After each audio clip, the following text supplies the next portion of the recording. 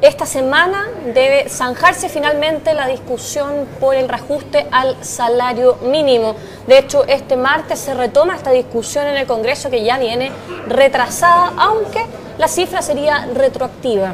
Si bien para los empleados fiscales no corre el mismo monto, sí es un precedente de la discusión del reajuste a los salarios fiscales que se debate entre septiembre y octubre. Para hablar de cómo se ve este escenario, dada la discusión que se ha dado para el sector privado, estamos con el presidente de la ANEF, Raúl de la Puente. Raúl, muchas gracias por esta entrevista en DFTV. Gracias, buen día. Tenemos a un ministro de Hacienda que se ha mostrado bastante duro en su postura. Se ha postulado un reajuste del 6% hasta 193.000 pesos y tienen incluso a la mitad de la coalición de gobierno y el partido del propio presidente de la República pidiendo más, y hasta el momento no ha habido un acuerdo por parte del Ejecutivo. ¿Cómo están viendo la discusión que se va a venir para ustedes como empleados fiscales, dado que ya para el sector público para el sector privado ha sido muy difícil? Esta es la previa porque normalmente la discusión posterior de las remuneraciones para el sector público siempre se toma como precedente cuánto fue el aumento del salario mínimo.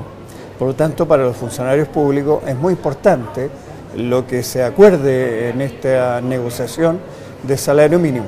No solamente por nosotros, sino que porque es muy necesario de que un trabajador no gane un salario, la verdad, que con ese salario de 182.000 pesos actual o 193 como se está pretendiendo, no puede vivir. Una familia no puede vivir con esa remuneración.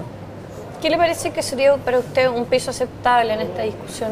Nosotros estamos de acuerdo en que ese salario que dijo la Iglesia hace 4 años debiera ser para un trabajador, fuera el que hoy día se fijara como salario mínimo, vale decir 250.000 pesos. Lo que dijo Monseñor Goich en aquella oportunidad, 4 años atrás, con todos los reajustes que han habido ahora. Pero bueno, 250.000 es un monto, si no lo suficiente, al menos importante, para poder ir subiendo este salario mínimo y que podamos ir también equilibrando entre los que ganan más y los que ganan menos. Y también para que vaya disminuyendo la pobreza en Chile, porque un salario de 182 o de 193.000 pesos es un salario de pobreza. La gente que está ganando esos salarios son personas que están dentro de los márgenes de pobreza. Pero tienen transferencias por parte del Estado, es decir, tienen más subsidios en salud, en educación, tienen los bonos que se han anunciado últimamente, tienen subsidios a vivienda, es decir, el salario, el chinchín para el bolsillo, por decirlo en términos pedestres, son los 193 en este caso, o los 182, pero tienen otros beneficios que les permite un ingreso superior. ¿Cómo ve eso usted? Efectivamente, tienen algunos subsidios que los proporciona principalmente el Estado. Pero dígame, usted va a comprar en el supermercado alimentos, cuando los alimentos subieron un 10%, el primer trimestre el aumento que han tenido de inflación. ¿Va a poder pagar el Transantiago o el transporte con eso? ¿Va a poder pagar el arriendo de su casa con eso? ¿Va a poder pagar el dividendo de su casa con eso? ¿Va a poder pagar los cuadernos con que estudian sus hijos? Pero es no. Que muchos de esos niños estudian en colegios donde se les dan los útiles y las personas viven en casas que son subsidiadas por el Estado. En algunos casos puede ser, pero en otros no, viven de allegados, porque con ese salario no tienen casa, muchos de ellos. Y por lo tanto, digámoslo claramente, o sea, el ingreso es algo necesario. Ahora, si hay subsidio, bienvenido, pero no podemos por eso condenar a una persona a que viva con esos salarios. No hay nadie que pueda vivir con ese salario y por lo tanto los trabajadores en ese sentido somos solidarios. Y vamos a luchar porque este salario se aumente. Para que disminuya la pobreza en nuestro país es necesario mejorar aquellos salarios que son bajos. Por eso que es importante que el país haga un esfuerzo para poder subirle ese ingreso a esos que ganan menos. Raúl, antes de entrar en materia de lleno a la discusión que se va a venir con los reajustes fiscales, ¿Qué le parece a usted este argumento que se ha dado respecto de que finalmente son las pymes las que terminan pagando esto? Y también se lo pregunto porque el Estado también le debe dinero a las pymes, es decir, las pymes finalmente terminan siendo ahorcadas porque se sube un salario mínimo, ellas son las que tienen que pagarlo, aquí no hay ningún tipo de subsidio a la pyme, se pueden terminar exterminando varias pymes y además el Estado no les paga. ¿Cómo lo ves? Es que ese es el problema. Yo creo que las pymes deberían tener un subsidio del Estado, así como lo tienen, tú me decías, hay subsidios para los trabajadores.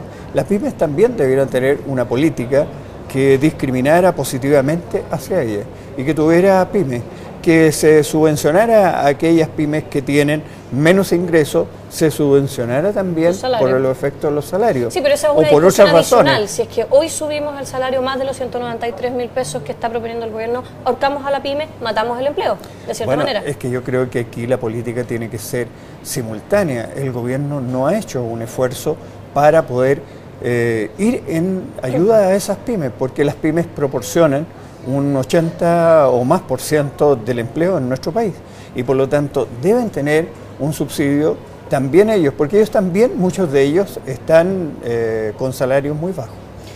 ¿Qué va a pasar en materia de discusión de reajuste fiscal? Y se lo pregunto porque el gobierno en este momento está proponiendo un 6% máximo al reajuste del salario mínimo privado por ley. ¿Cuánto sería el algoritmo que estarían ustedes Nosotros todavía no hemos entrado en esa discusión y este es un acuerdo que primero tiene que hacerse entre todos aquellos que somos públicos.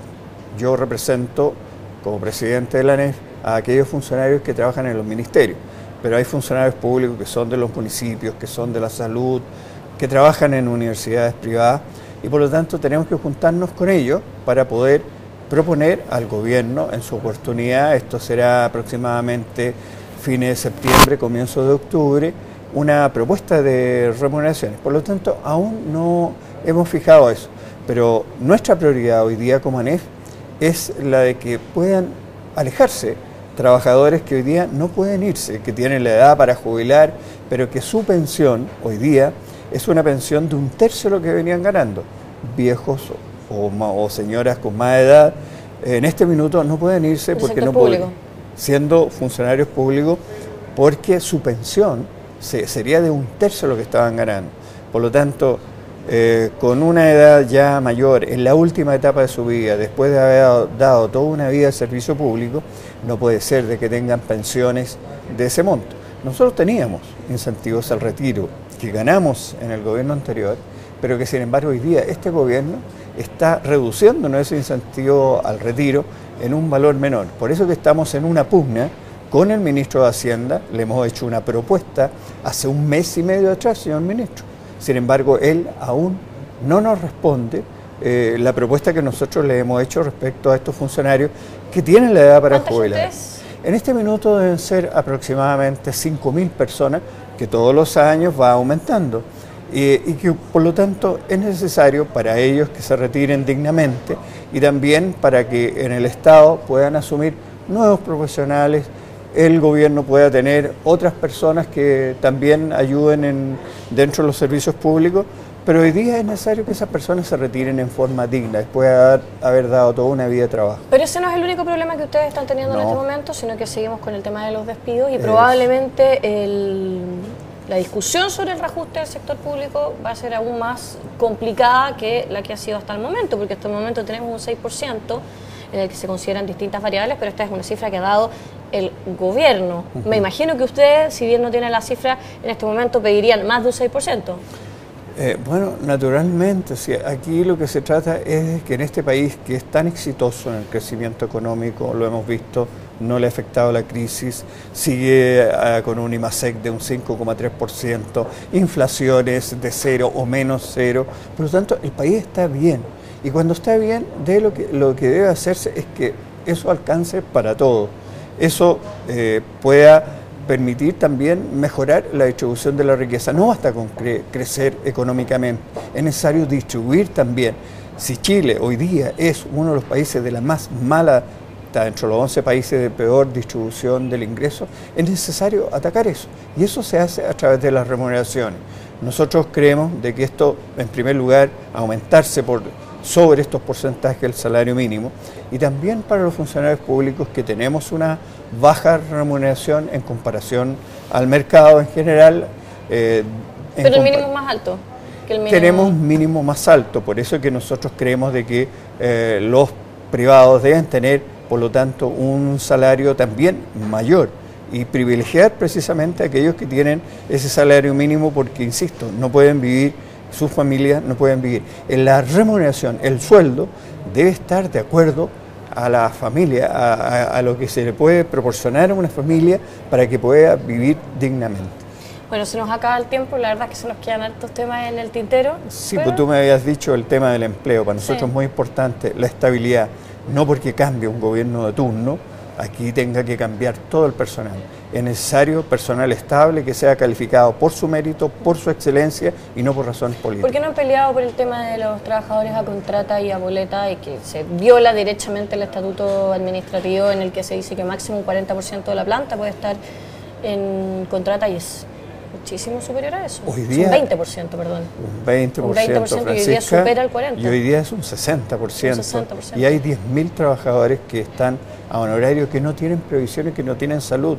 Y no tienen vacaciones, no tienen vacaciones, no son funcionarios, no pueden afiliarse a organizaciones sindicales y por lo tanto es una vergüenza que el Estado... Pero la concertación era igual. En la concertación era igual, pero ¿sabes qué? No se despedía. Nosotros hemos tenido estos 2 últimos años 10.000 despidos de esas personas que son a contrata o honorario. Esos son los que quedan desprotegidos entonces. Eso no lo solucionó el ministro Velasco, la concertación, pero al menos no despidieron. En este minuto no se ha solucionado ese problema y, como digo, hay un despido en estos últimos 2 años de 10.000 trabajadores con los que hemos estado en estos 2 últimos años resistiendo precisamente en que estas personas puedan tener estabilidad, puedan tener carrera funcionaria y puedan alejarse de la administración pública con pensiones dignas. Bueno, quedamos entonces pendientes para una próxima entrevista, porque gracias. Son muchos los temas, se nos acabó el tiempo, pero muchas gracias por esta entrevista en DF TV. Y así dejamos esta entrevista y yo los dejo invitados a una próxima.